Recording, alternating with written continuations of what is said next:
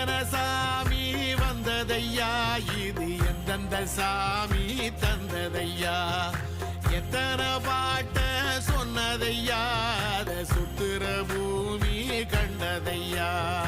அடிச்சு வீசும் காத்துலையும் அந்த தகப்பனாச சுத்துதையா,